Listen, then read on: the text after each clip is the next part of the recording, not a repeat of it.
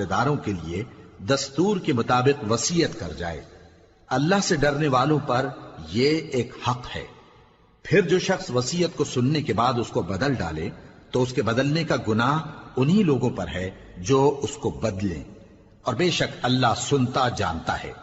اب اگر کسی کو وصیت کرنے والے کی طرف سے کسی وارث کی طرفداری یا حق تلفی کا اندیشہ ہو تو اگر وہ وصیت کو بدل کر وارثوں میں صلح کرا دے تو اس پر کچھ گناہ نہیں، بے شک اللہ بخشنے والا ہے، رحم والا ہے۔ مومنو، تم پر روزے فرض کیے گئے ہیں جس طرح تم سے پہلے لوگوں پر فرض کیے گئے تھے تاکہ تم پرہیزگار بنو۔ روزوں کے دن گنتی کے چند روز ہیں، تو جو شخص تم میں سے بیمار ہو یا سفر میں ہو تو دوسرے دنوں میں روزوں کا شمار پورا کر لے۔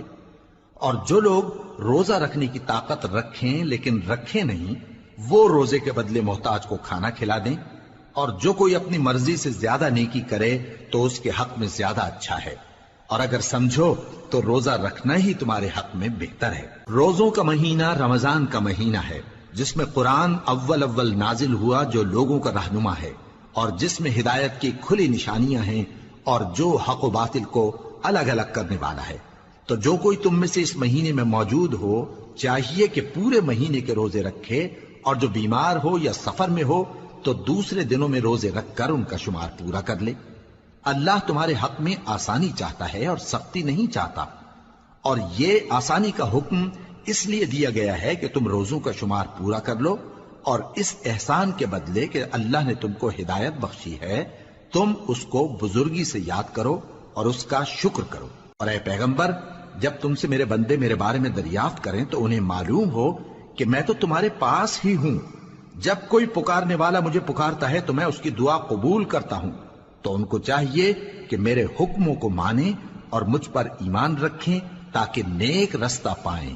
روزوں کی راتوں میں تمہارے لیے اپنی عورتوں کے پاس جانا جائز کر دیا گیا ہے، وہ تمہاری پوشاک ہیں اور تم ان کی پوشاک ہو۔ اللہ کو معلوم ہے کہ تم ان کے پاس جانے سے اپنے حق میں خیانت کرتے تھے، سو اس نے تم پر مہربانی کی اور تمہاری حرکات سے درگزر فرمائی، تو اب تم کو اختیار ہے کہ ان سے مباشرت کرو۔ اور اللہ نے جو چیز تمہارے لیے لکھ رکھی ہے یعنی اولاد، اس کو اللہ سے طلب کرو اور کھاؤ اور پیو یہاں تک کہ صبح کی سفید دھاری رات کی سیاہ دھاری سے الگ نظر آنے لگے، پھر روزہ رکھ کر رات تک پورا کرو۔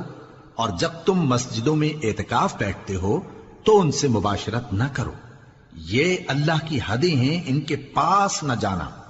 اسی طرح اللہ اپنی آیتیں لوگوں کے سمجھانے کے لیے کھول کھول کر بیان فرماتا ہے تاکہ وہ پرہیزگار بنے۔ اور آپس میں ایک دوسرے کا مال ناحق نہ کھاؤ اور نہ اس کو رشوتاً حاکموں کے پاس پہنچاؤ تاکہ لوگوں کے مال کا کچھ حصہ ناجائز طور پر کھا جاؤ، اور اسے تم جانتے بھی ہو۔ اے پیغمبر، لوگ تم سے نئے چاند کے بارے میں دریافت کرتے ہیں کہ گھٹتا بڑھتا کیوں ہے۔